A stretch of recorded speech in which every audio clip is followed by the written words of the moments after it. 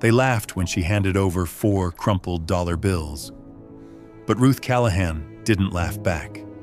At 72, with nothing but a worn suitcase and a lifetime of quiet endurance behind her, Ruth stood at the edge of a forgotten valley, holding the deed to a collapsing shack no one else wanted.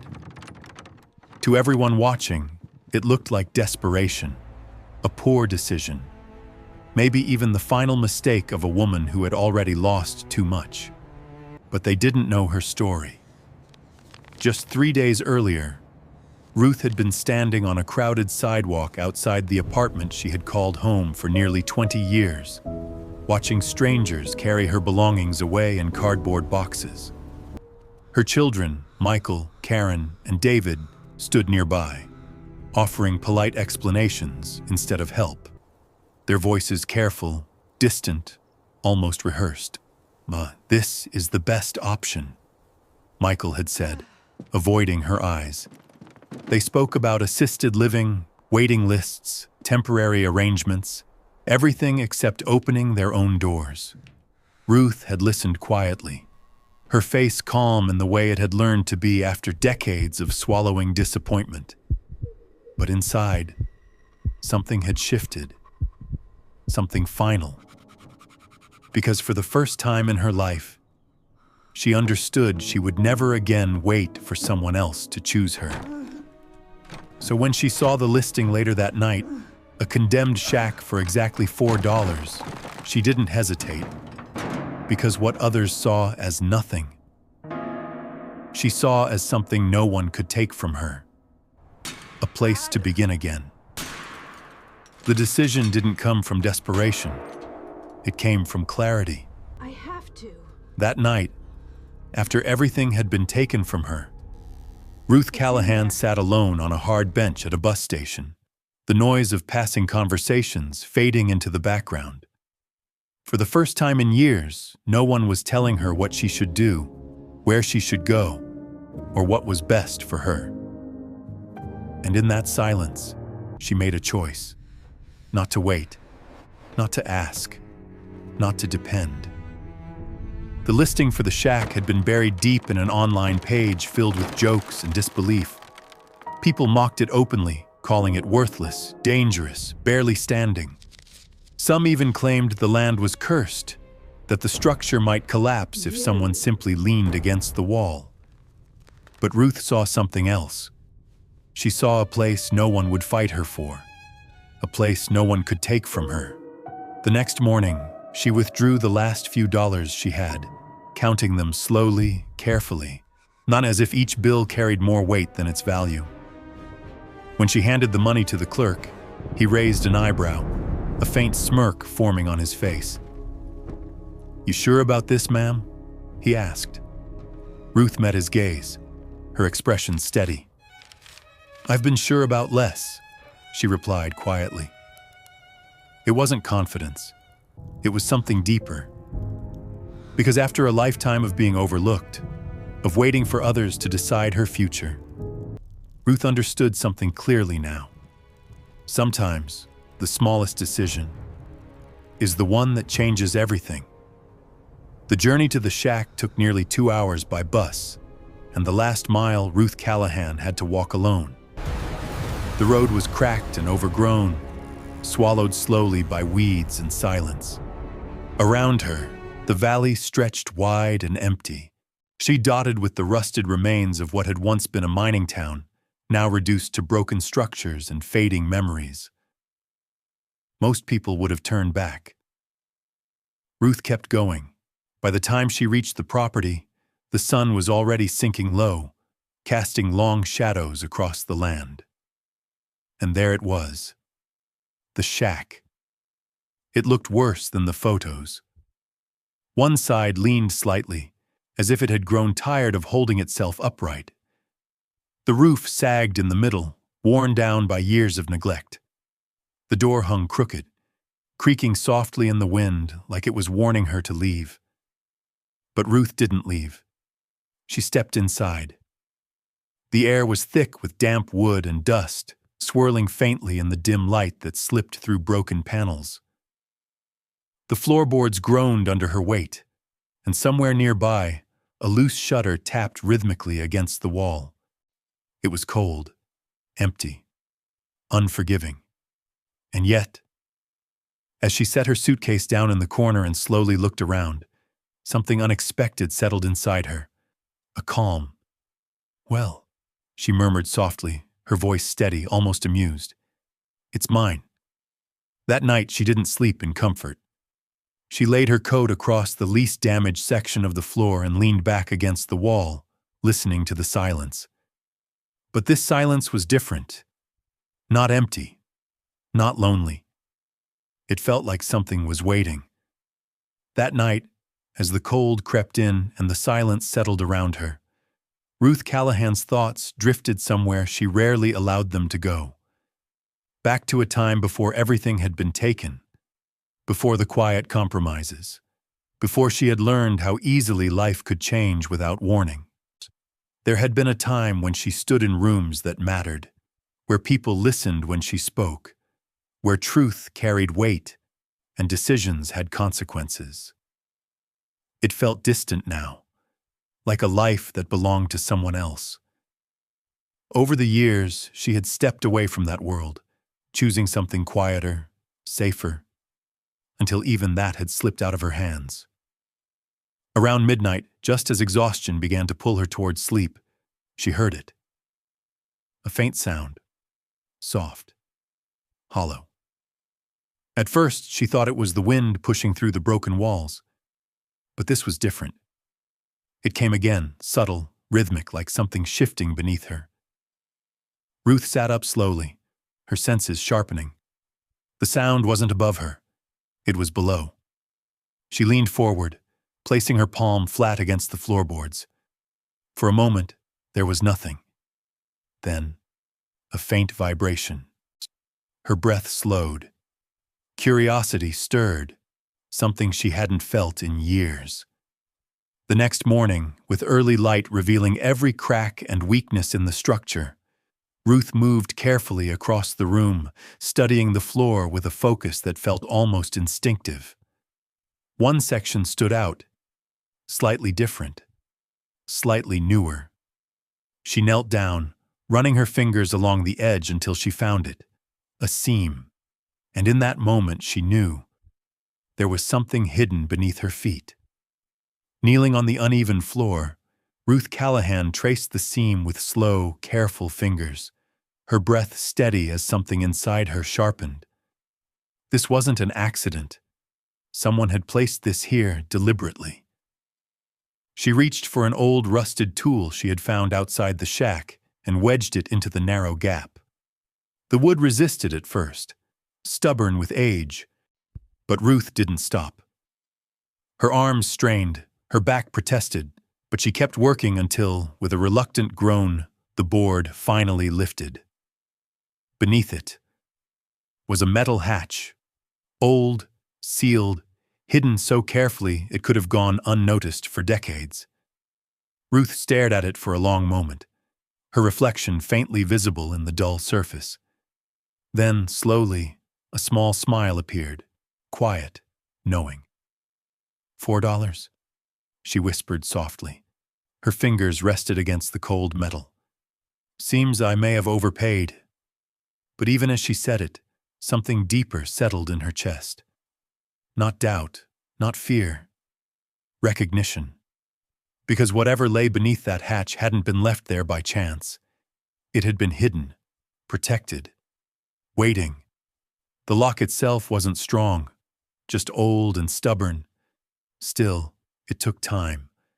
More time than her body appreciated. Each strike echoed through the empty shack, each effort stirring a growing sense that she was stepping into something far bigger than she had expected. She paused more than once, listening, thinking.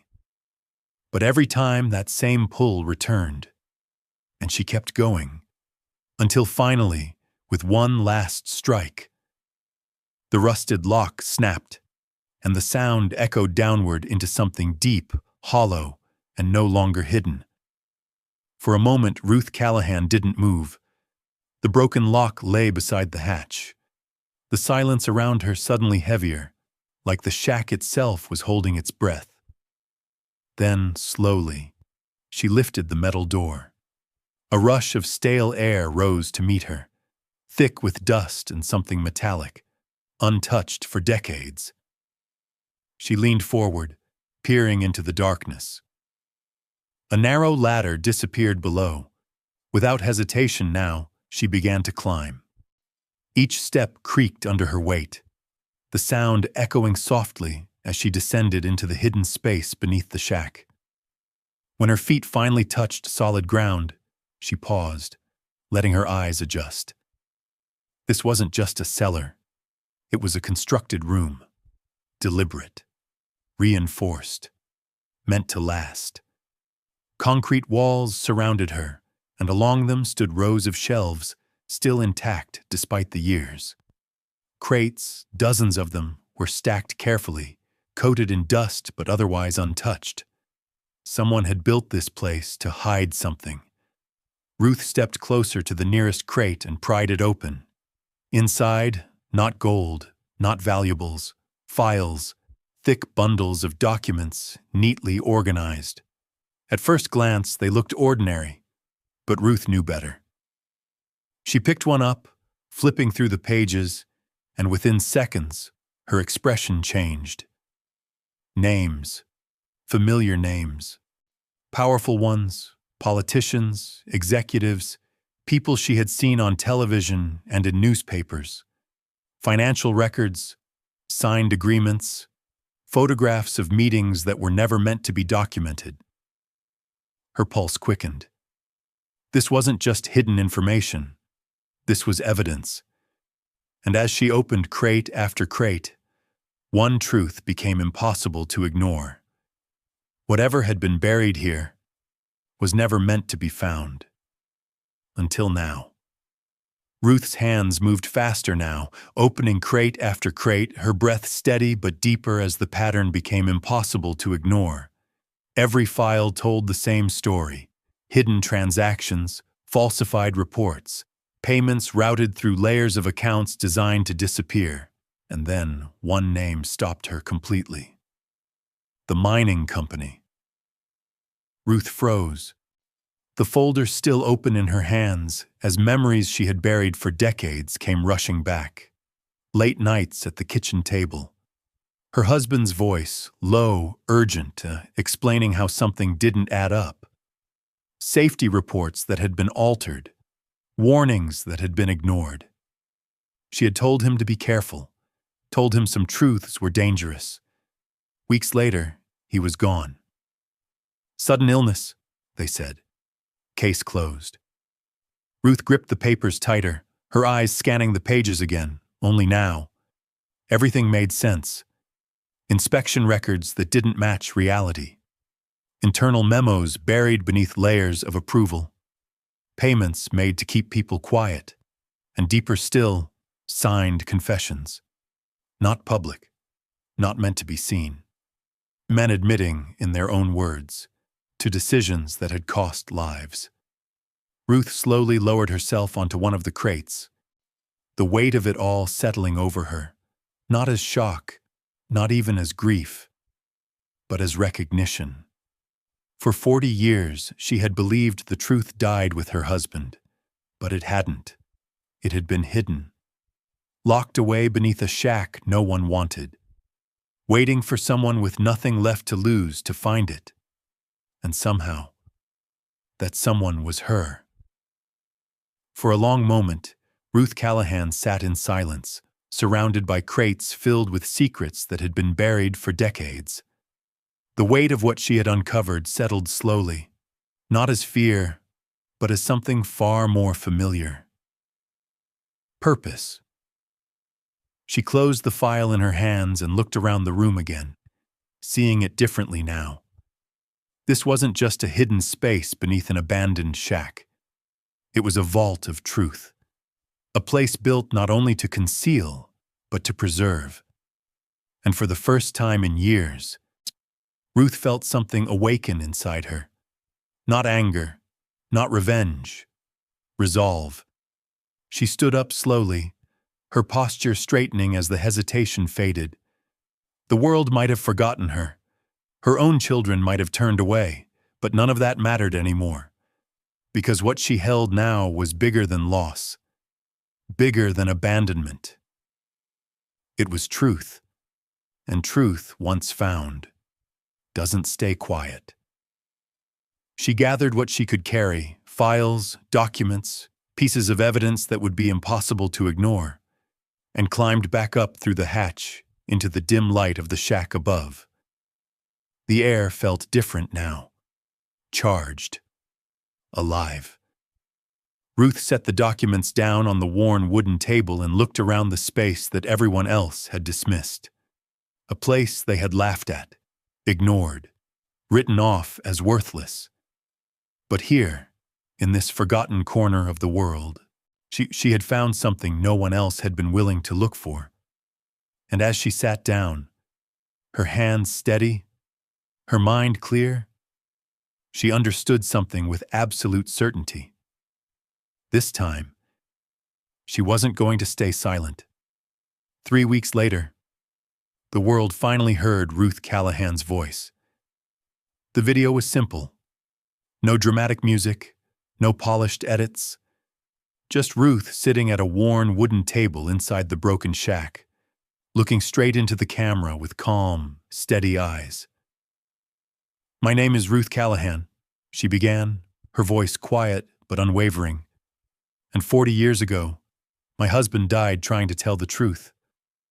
What followed wasn't anger. It was evidence. One document at a time, she laid everything out: names, dates, records, photographs. Each piece placed carefully in front of the camera, with a precision that made it impossible to dismiss. She didn't rush. She didn't dramatize. She simply told the truth. At first, people doubted her. An older woman in a rundown shack didn't look like someone who could challenge powerful figures. But reporters began checking the records, and everything matched. Within days, the story spread. Investigations reopened. Officials were questioned. And then came the arrests. Men who had spent decades protected by silence suddenly found themselves standing in courtrooms, their reputations collapsing under the weight of the truth they thought had been buried forever. And Ruth. The same people who once overlooked her now stood at her door. Journalists, lawyers, even her own children. Voices filled with regret, apologies arriving far too late. Ruth listened quietly. Then she spoke, her tone calm, her words cutting deeper than anger ever could. "Huck, you didn't forget me," she said softly. "You just stopped choosing me." And this time, the world was finally listening.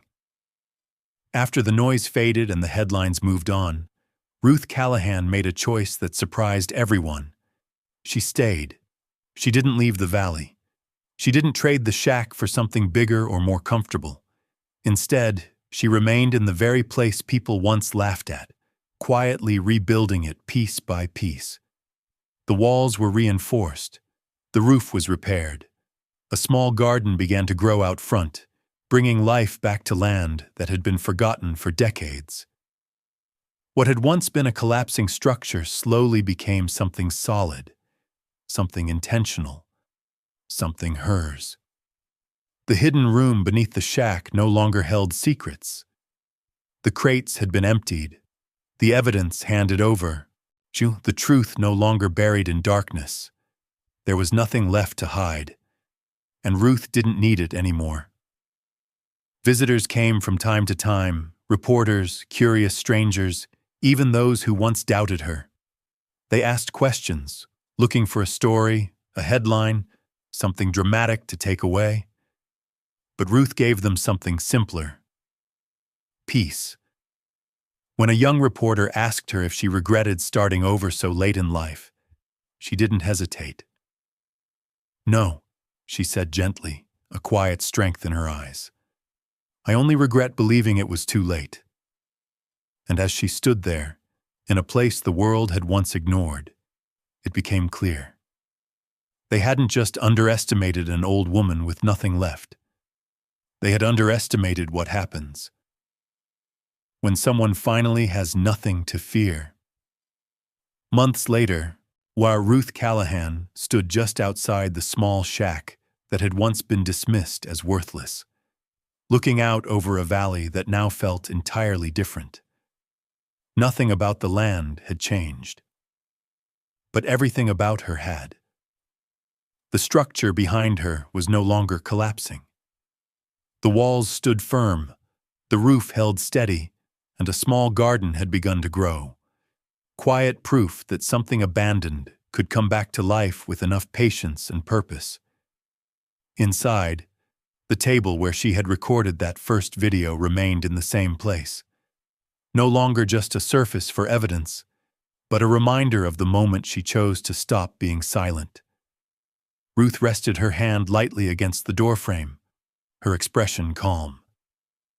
Because what she had found here wasn't just the truth about the past. It was something far more powerful. Herself. Not the version of her that waited, or endured, or hoped others would choose her, but the one who finally chose herself. People will underestimate you, especially when you've lost everything. They'll think you're finished, that it's too late, that your story is already over. But what they don't understand is this. When you have nothing left to lose, you also have nothing left to fear. And that's when everything changes. That's when you become unstoppable. If this story moved you, tell me in the comments. Have you ever had a moment where losing everything gave you the strength to start again? And don't forget to subscribe, because the next story might be the one that reminds you just how powerful you really are.